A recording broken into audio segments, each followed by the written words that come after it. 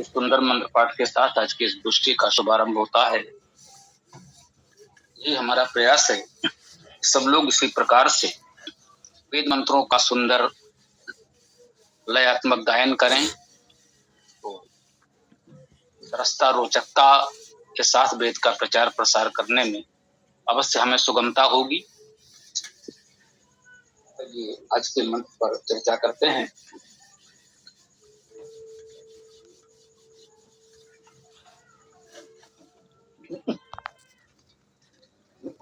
ओम ऋग्वेद मंडल 1 सूक्त 80 मंत्र 9 ये स्वराज्य सूक्त है।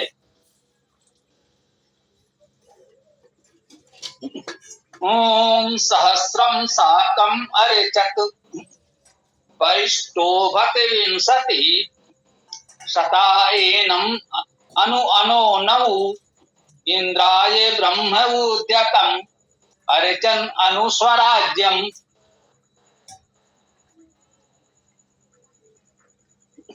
ओम अर्चना करें मिलकर सहस्र स्तुति करते मिल 20 प्रमुख शत जन सो स्तुत करते इसकी हम करें अर्चन अनुकूल स्वराज्य का।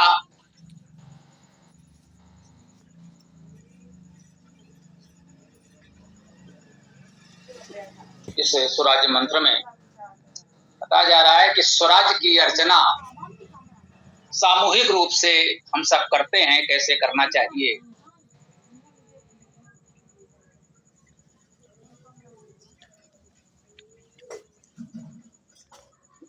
ओम सहस्रम साकम मरचत, सहस्रम हजार, साकम 7,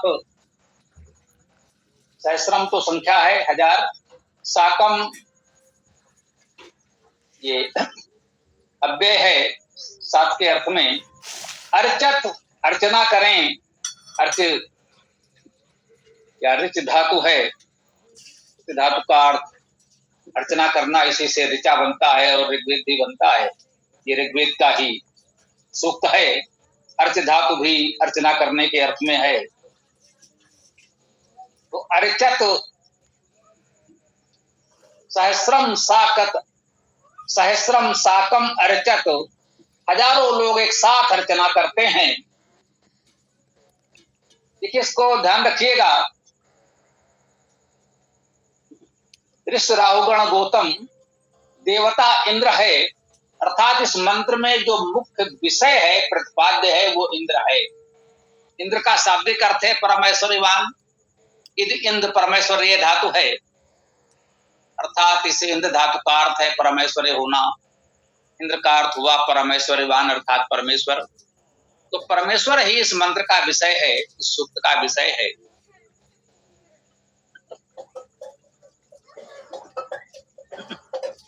संपूर्ण सृष्टि का परमेश्वर तो एक परमात्मा ही है। स्वराष्ट्र सूक्त को यदि हम लौकिक अर्थ में लेते हैं, राष्ट्र की वंदना करते हैं, तो यहाँ इंद्र परमेश्वरवान से अर्थ हम अपने शासक को, राजा को, सम्राट को, चक्रवर्ती शासक को भी ग्रहण कर सकते हैं। कहते हैं सहस्रम साकम अर्चत, हजारों लोग साथ अर्चना करते हैं।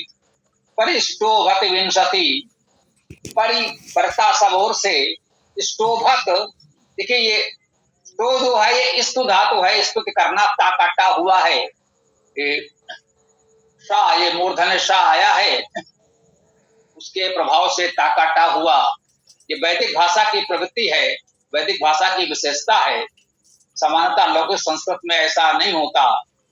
हाँ, कुछ वैदिक शब्द लौकिक भाषा में यथावत प्रयोग हो रहे हैं, वहां पर ऐसा मिल सकता है। सामान्यतः ये प्रवृत्ति वैदिक भाषा में है, लौकिक संस्कृत में नहीं मिलती। परिष्टोभत, परिता सब ओर से, स्तोभत स्तुति करते हैं। विंशति अर्थात 20 लोग सब ओर से स्तुति करते हैं। अब ये 20 क्या है, ये विचार नहीं हो सकता है। सहस्रम तो बहुलता का वाचक है, हजारों का अर्थ है बहुत से लोग। ये तो सामान्यतः काव्य में मिलता ही है। सैकड़ों हजारों जब कहा जाता है तो उसमें कोई विशेष संख्या का भाव नहीं होता। बहुत अधिक का भाव होता है, बहुलता बाकी होता है। सहस्रम साकम अर्चत, हजारों लोग एक साथ अर्चना करते हैं। निश्चित रूप से राष्ट्र के सभी लोग, हजारों लाखों करोड़ों जो भी हम लोग हैं, सब एक साथ अर्चना करते हैं। परिष्टो भक्त विंशति, 20 लोग सब ओर से विशेष रूप से स्तुत कर रहे हैं। अब ये 20 उस राष्ट्र के नियामक, संचालक, मुख्य अधिकारी कह सकते हैं, राजा की सभा के सभासद, मंत्रीगण कह सकते हैं। ये भी बताया गया एक प्रकार से ये 20 लोगों की एक प्रमुख समिति हो जो राष्ट्र का संचालन करे। केवल एक राजा पर सब कुछ निर्भर नहीं हो सकता। एक व्यक्ति कितना भी गुणवान हो, कितना भी योग्य हो, कितना भी अच्छा व्यक्ति हो, संपूर्ण राष्ट्र का दायित्व एक अकेला व्यक्ति मनुष्य तो नहीं कर सकता। हाँ, परमेश्वर संपूर्ण सृष्टि का दायित्व अकेले वहन कर सकता है। परमेश्वर के अर्थ में, आध्यात्मिक अर्थ में कहेंगे तो भी कह सकते हैं। विंशति जो 20 प्रमुख लोग हों, जो विशेष ऋषि महर्षि आदि हैं, वे सब ओर से स्तुत करते हैं और उन्हीं के मार्गदर्शन में हजारों लाखों करोड़ों लोग, सब लोग उस परमेश्वर के स्तुत करते हैं। आध्यात्मिक अर्थ में इसका इस प्रकार का भावार्थ हम कर सकते हैं। शता एनम अनु अनो नवु, कह रहे हैं शता अर्थात 100, एनम इसको सर्वनाम है, अनु अर्थात अनुकूल या उनके अनुकरण करते हुए। ये 20 लोग जो विशेष रूप से स्तुति कर रहे हैं, उनका अनुसरण करते हुए शता एनम मनो नवु, इसके 100 लोग और विशेष रूप से स्तुति कर रहे हैं। अनु नवु क्रियापद है, नु स्तुतो धातु है, अर्थात नु धातु का अर्थ भी स्तुत करना है। कह रहे हैं शता एनम अनु अनो नवु, 100 लोग उन 20 का अनुसरण करते हुए उसके स्तुत कर रहे हैं। अब ये 20 क्या है, 100 क्या है, अलग अलग विषयों के विद्वान इसकी अलग अलग व्याख्या कर सकते हैं। हो सकता है ज्योतिषी विद्वान, पंचांगकार इसका कुछ ज्योतिष से भी संबंध जोड़ें। ये 20 क्या है, 100 क्या है। अन्य विषयों के विद्वान दूसरे रूप में इसकी व्याख्या कर सकते हैं। इसीलिए हम लोग कहते हैं अनंता वै वेदा, वेद का अर्थ विस्तार, भावार्थ विस्तार अनंत है। शाब्दिक अर्थ तो वही रहेगा, अलग अलग संदर्भों में आप अलग अलग व्याख्याएं कर सकते हैं। बस जो उसका शाब्दिक अर्थ है, धातुज अर्थ है, उसका उल्लंघन न हो, उससे अलग न जाए, तो सभी भावार्थ हम स्वीकार करते हैं। आगे कहते हैं इंद्राय ब्रह्म उद्यतम, इंद्राय अर्थात इंद्र के लिए, उस परमेश्वरवान के लिए, परमेश्वर के लिए। ब्रह्म, ब्रह्म का अर्थ है बड़ा, सबसे बड़ा, सृष्टि में जो सबसे बड़ा है उस परमेश्वर को हम ब्रह्म कहते हैं। इंद्र का अर्थ है परमेश्वर, वही परम ऐश्वर्यवान है, इसलिए हम उसे इंद्र भी कहते हैं।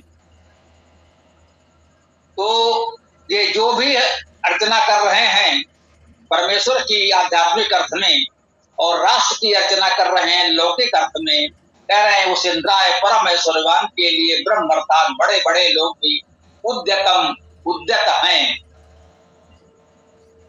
उस इंद्र के लिए जो ब्रह्म बड़े उद्यत हैं, उस की अर्चना सब कर रहे हैं जो परम ऐश्वर्यवान है संसार में।